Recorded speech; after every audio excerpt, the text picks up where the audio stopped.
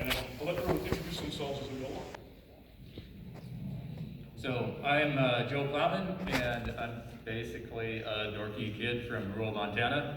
I grew up reading all of the science fiction and fantasy that I could get my hands on at the local library and whatnot. I'm a big fan of Lord of the Rings and the original Star Wars, all that kind of thing. I went to grad school and I studied gravitation and black holes there, but then I kind of pivoted to doing solar physics, which means studying the sun. I look at the sun's atmosphere, the corona in particular. I should do it for now. All right, my name's Tim. Obviously, I'm not from here. I'm Australian. I grew up loving science fiction. I've been a science fiction nerd since forever, and particularly novels. Novels is my thing. Despite my accent and where my affiliation, I'm from the University of Southern Queensland. I actually live up in Boulder, so I hang out with these guys on a daily basis. And I study asteroids in particular, looking at how they're related to one another and running them through supercomputers, so I get to play with big toys. Hi everyone, I'm Fonda Lee. I am a science fiction and fantasy author.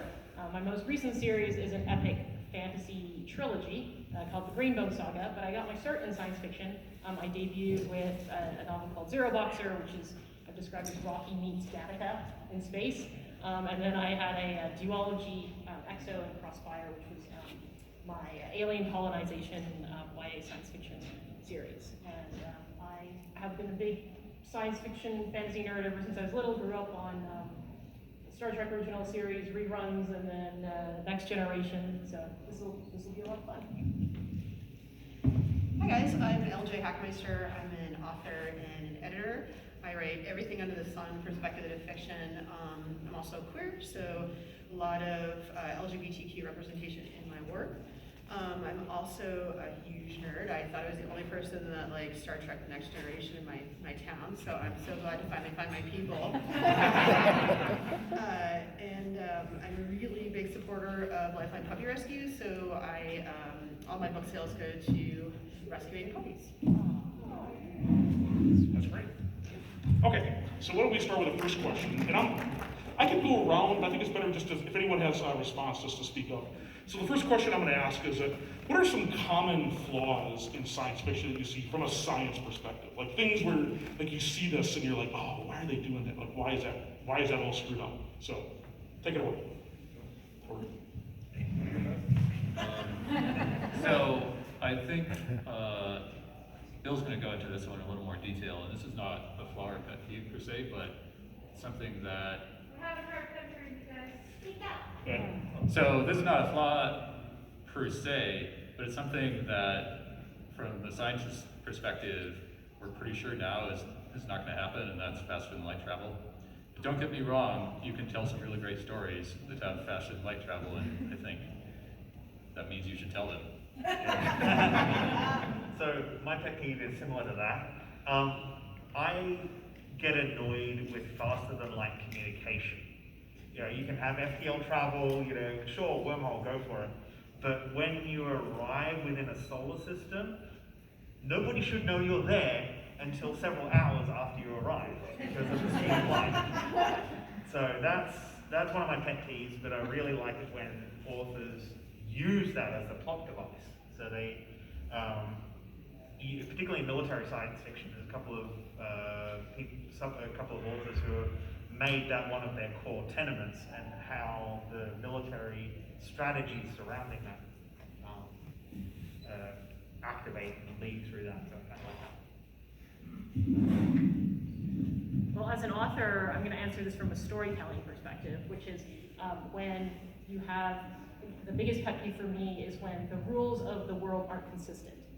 So as a science fiction author, I can do whatever I want. It's a fictional world, but I'm obligated to establish up front what are the rules of this world, and if there is a reason for, say, faster than light travel, or why this planet has been colonized this way, or whatever it is, like you have rules of the road, you need to stick with them and not break them because there's a convenient reason to do so later on in the plot.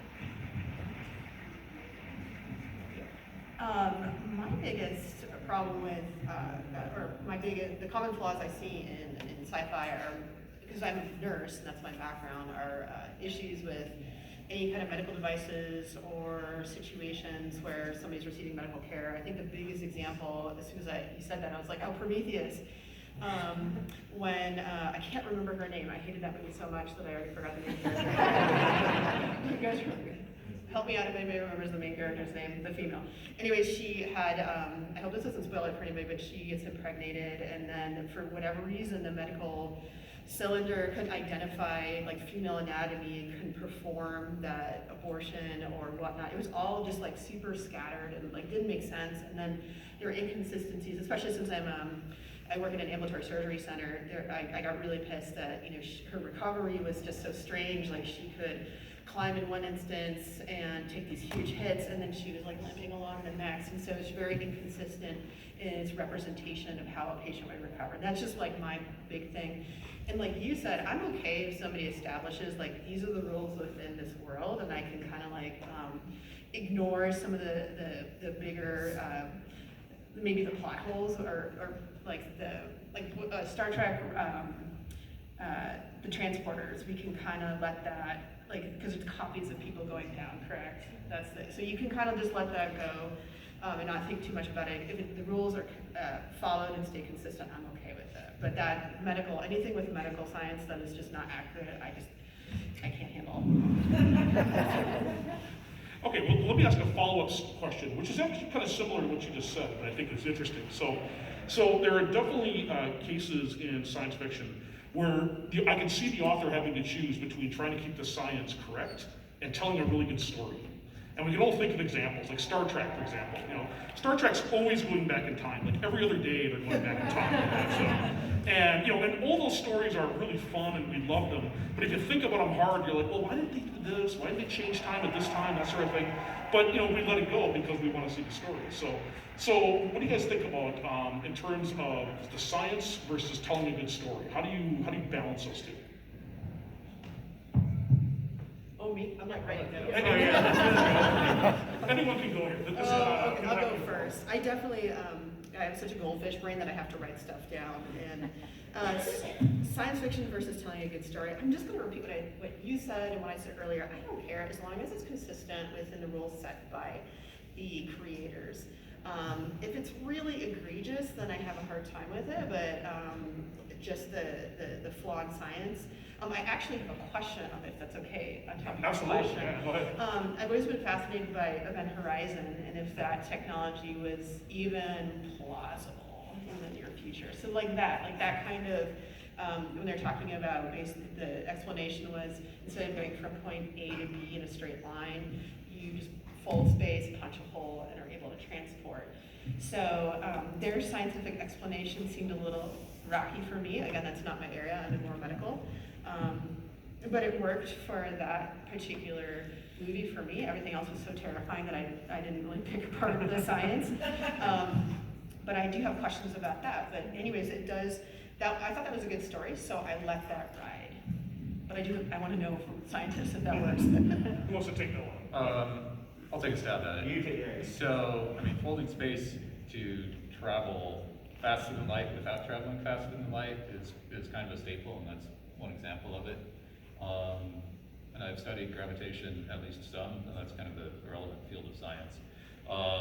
And the impression, as best I can tell, is, well, first of all, relativity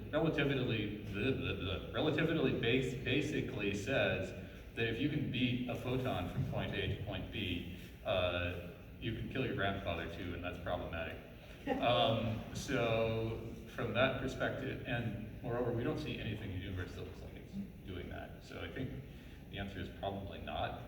And the other thing is that the kind of the semi-realistic ways of folding space to let you get someplace faster than you ought to be able to often require things like negative mass, which opens up a huge other Pandora's box in terms of physics. Go ahead. So I'm just getting back to the question that was originally asked about like how do you balance telling a good story with like the accuracy of the science? And my answer to that is like, science fiction exists on a spectrum, right? There is like, between long speculative fiction, you've got fantasy on one end and like science fiction on the other, and then a lot of overlap between them. You look at something like Star Wars, which is basically science fantasy, right? And so the first thing I think as an author that you have to ask yourself is like, okay, well how, what sort of story am I trying to tell, and how important is it that the science be accurate? Because if you're telling a science fantasy story, you can make up all sorts of stuff. If you are telling a middle grade science space adventure story, the 12-year-old is not going to ask you to be accurate as to like how the engine of the spaceship works. But if you're telling like a hard, military sci-fi novel, and your audience is going to expect a certain amount of veracity to the technology, then that puts more onus on you. So I guess the first question to ask is, what does your audience expect, and what kind of story are you trying to tell? How important is it to the story that the science be accurate? And then the other thing that I would keep in mind is that I don't feel like accuracy of science and good storytelling are in conflict, because oftentimes the limitations of science actually open up more possibilities for cool stories. The way I approach my research for my books is oftentimes I figure out what's the story I'm trying to tell, and then I go and dig around and find the science that's going to support that and make that plausible. So for example, in Zero Boxer, I wanted to tell a story in which Earth and Mars were coming to like political loggerheads, and there was a brewing conflict. And one of the things I did was I did a bunch of research on what would be required to colonize Mars, and what would be required for human beings to survive on Mars. So I set up a world after doing like a ton of research into Mars colonization, in which we have humans who's settled on Mars after losing funding from Earth, used genetic engineering to make the human body able to survive on less water, on less oxygen, and that has created a rift, a political rift on the acceptability of genetic engineering between Earth and Mars. So I used some things I discovered in science to then create and support more cool plot elements. And I'm gonna pick up again on Star Wars. I love Star Wars. What I disliked was when they tried to shoehorn some science in. I shake my fist at the midichlorians, I shake my fist at the... Just leave it out. You don't need to explain it. Sometimes you literally, as you say, there's a spectrum. And in space fantasy, you didn't need to explain the force. There was no reason to explain the force. It just has to be. So why bother? And sometimes, yeah, what annoys me is when they get you shoehorn the science in, and you're saying you're trying to do that, but they shoehorn it in wrong. Right. Like they choose the wrong science. There's so much good science out there, why not use that to make a good plot? One of the principles that I always use when I'm putting science into my science fiction novels is generally correct and not specifically wrong. Yeah. If you're going to put science in there, don't be specifically wrong. It's better to just sort of generally wade in that direction rather than trying to be, put in something specific that you're not going to get right. At least have read the Wikipedia article.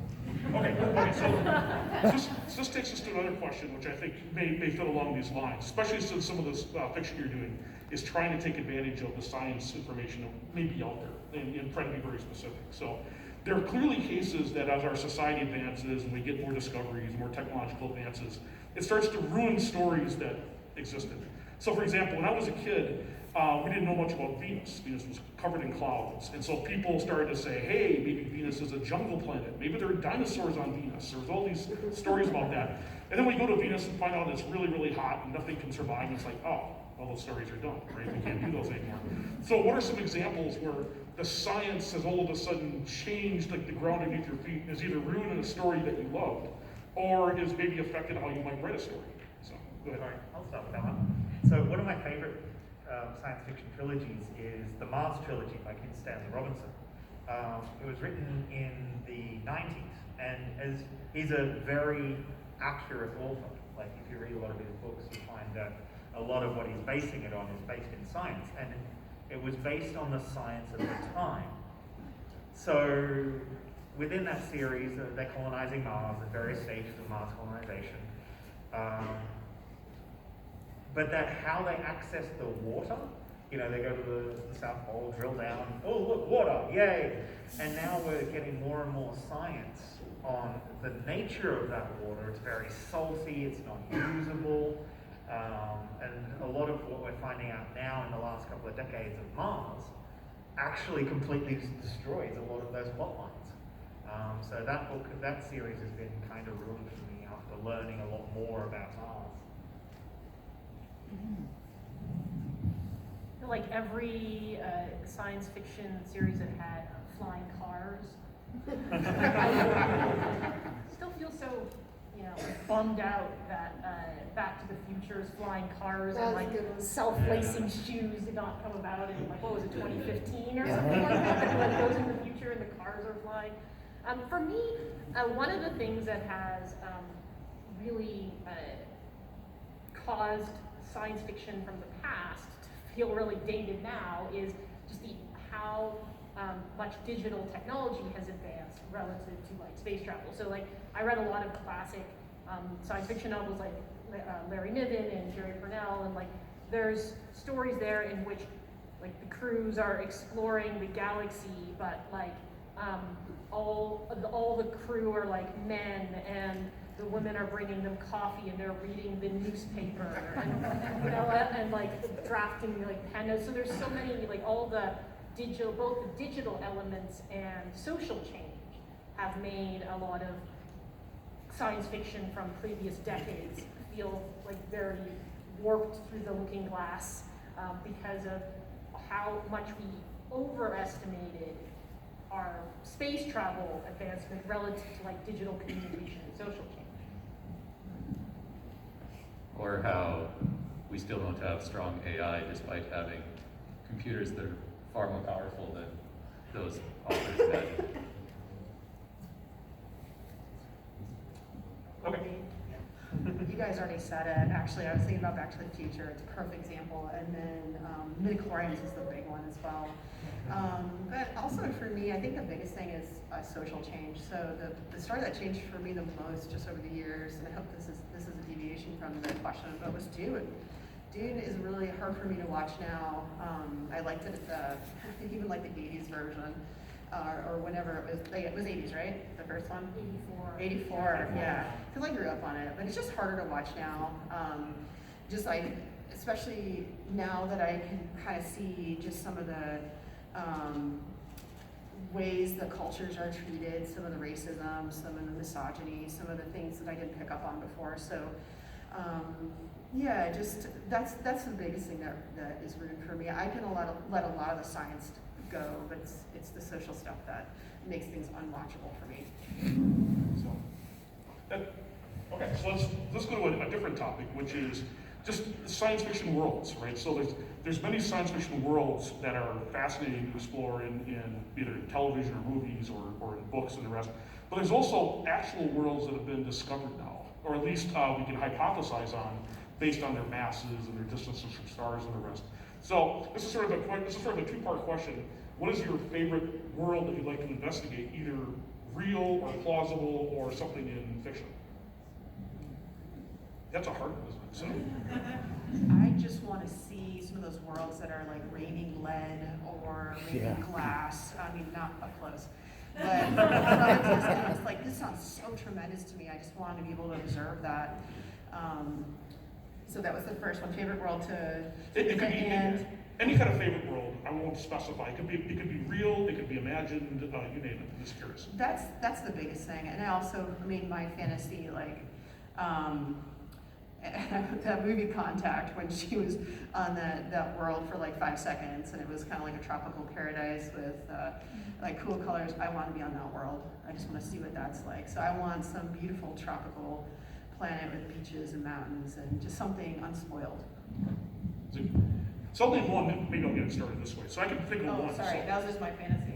Oh, well, that's okay. No, because what often happens what's exciting about this is that when you're talking about science fiction authors, is they imagine these places that get us all excited, And then sometimes we actually find things that might be like it. Like I can't tell you how many discoveries in the last 10 years of exoplanets have suggested, oh, here's a real life version of Dune, of Arrakis, or this is a real life version of some other, like a water world, and things like that. That gets us all excited because we already have a picture in our mind of what that's like from science fiction.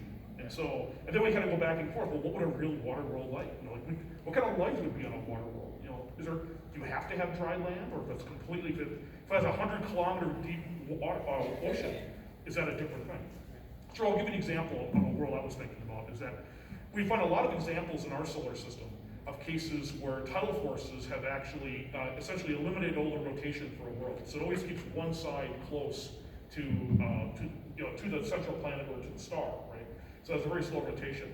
So essentially, imagine you go to some other system and you have a planet like this. So one side is always facing the star, the other side is always dark, and yet somehow that's habitable. What would life be like that? You'd have this incredible dichotomy between the two. If you could think about like imagining life on that world, what would it be like? And like would you have just basically two different kinds of life, or would they interact in some interesting way? And I can think of, or let's say you decide to habit that. Let's say you're coming from a world where humans decide to live there. What would that be like? So I can think of all sorts of interesting possibilities. That's kind of what I'm thinking about. So. There's a type of exoplanet we've discovered that's basically they're called super Earths, so they're sort of 2 to 3 times, up to 10 times the size of Earth, but they're really puffy. So like Jupiter, puffy sections, really puffy. So their density is really low. There's nothing analogous to them in our solar system. We have nothing in science fiction. We have nothing in our solar system. I want to see what they are. I'm intrigued by those. Those are weird. Like we've just got no experience with them. There's nothing in our psyche that says this is what this is. Is it like, do they have a solid core and then there's like, their atmosphere is hundreds and hundreds of kilometers or whatever. So those are intriguing. But I like to think about exomoons as well, like Endor. How can we get habitable exomoons?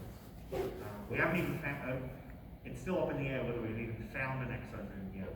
So, but I'd like to see how we could have a habitable exomoon. I'm fascinated by the idea of habitable asteroids, and I'm thinking of the world from the expanse, the whole belter culture that builds up around mining and commerce and life in an asteroid belt.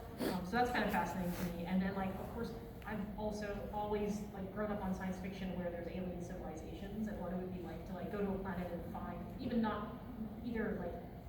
not just signs of life in terms of bacteria, but alien artifacts or evidence that there was an advanced civilization there. There's just so many cool stories that have come out of that premise. So the idea that maybe we would eventually find something with evidence of advanced civilizations was just fodder for my imagination. And I'll just say that is an aspect that's going on. The people at SETI, they actually look for signatures of extraterrestrial life.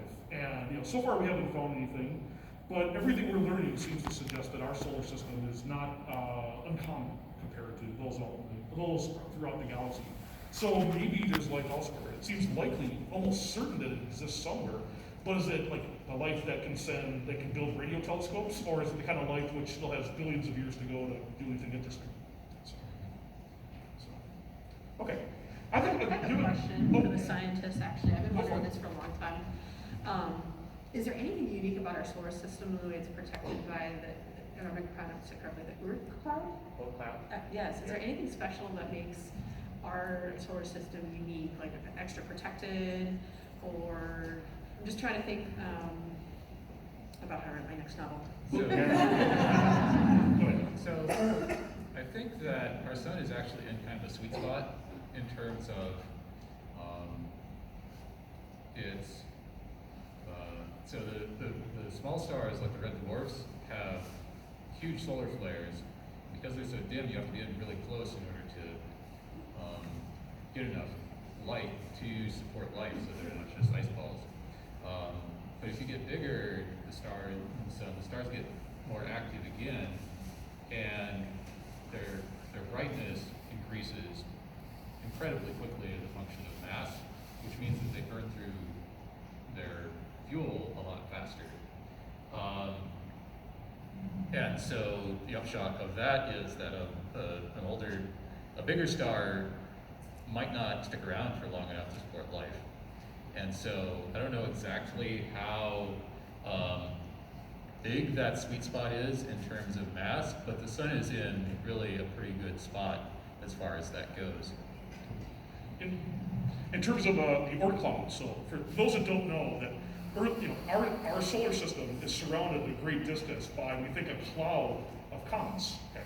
The cloud of comets was created, we think, very early on in solar system history, when the giant planets like Jupiter and Saturn, Uranus, and Neptune were forming.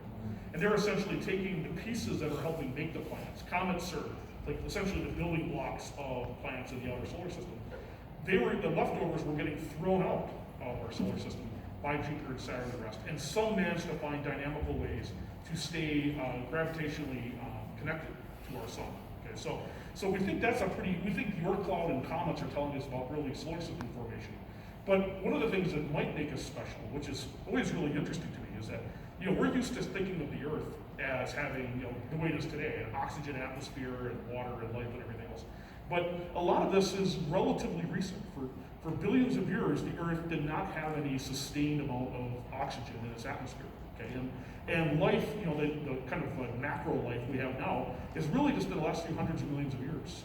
So we had billions of years where life was more kind of things living inside of rocks, or essentially maybe small things maybe living in oceans and the rest. And so the question is, what caused all this sort of life that wasn't doing very much to change into the life we have today? And that's still an ongoing question. This is a big topic in what they call astrobiology, and there aren't any good answers yet, which is really fascinating. So there's actually on the whole, is the Oort cloud protecting us? There's a bit of a debate depending on who you talk to, as whether Jupiter protects us or causes more of a problem, because Jupiter can funnel through gravity some things called centaurs into different aspects of it. They can also cause resonances in the asteroid belt, which kick out asteroids into our own era population. So depending on who you talk to, Jupiter can be friend. I have a supervisor who literally wrote some papers on this called Jupiter Friend or Foe, and there's sort of depending on who you talk to as to whether Jupiter protects or causes more problems from asteroids. Isn't there a concept of bad Jupiters in kind of planetary formation as well? Yeah. Oh yeah. One more question about the Oort cloud, if that's okay. Yeah, sure. Just because my big thing, my very limited understanding is that it's compact enough that would be hard for like an interstellar object to, like, if, like say aliens are trying to reach us, they still have to navigate through it. It's pretty tight. Well, no, not really. It's not in the same way the asteroid belt. You can ignore it. Damn it. It's not like that scene from Empire Strikes Back. That's right. Yeah, no. Sorry. The distances between them are just so phenomenally large that you can ignore it. I have to do the scale of it, but it's kind of like, imagine there was a comet in Minneapolis, and then there was a comet here in Denver, and you had to drive your car between it. No. Yeah, that's And we actually have, I'll come with something else. but we have actually seen 2 interstellar objects already. Oh, really? Yeah. So and there was a comet that came through. So we have, in the past decade, actually seen proven interstellar objects that have come through from the solar system. But we can give you some other ideas. Come talk to us. I think this is a good time to open it up for some questions from the audience. So if you have questions for any of us, or the panel as a whole, go ahead and speak up. Yeah. So, we're looking at asteroids, obviously, in our solar system. And we've been able to see planets, or potential planets, in other solar systems, in other parts of the universe. Are we able to see asteroids as well? Okay, so the question. Evidence of it? I'm gonna repeat the question for the audience because it's easier to hear. So his question was, is right now we can see planets around other stars. Can we see anything smaller around other stars other than planets? Can we see asteroids and comets and these sorts of things? So, I have an answer, but do you guys want to take a crack at it? You guys. I know you can probably say yes and no. The long answer is no, because they're too small. We only found the asteroid belt in a fairly recent history. The long answer is we can model it. So what we can do is take supercomputers, take the planets, the exoplanets that we know about, fill that area with hypothetical particles, and let it run for a couple of million years. And what we find is that just like our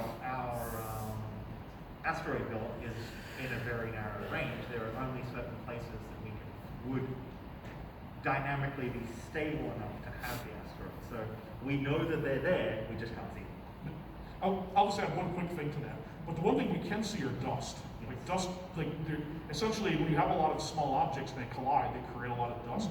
That is something we can detect. And we've seen lots of evidence for sort of clouds of dust around stars that suggest there probably are lots of comets and other things around the stars as well. So we can see that, but going to really small things around other stars is just beyond what we can do at this point. But there's always something. Yeah. Oh, go ahead. I'm sorry, because I'm so excited about you guys. I have a question for you, and then I have a question for the science guys, if that's okay. Fonda, I'd like to know, what is your favorite piece of technology that you've incorporated in your work? Oh, gosh. Oh, so you want me to ask the other? I need to think about that. Okay. Piece of tech. I mean, there's a lot.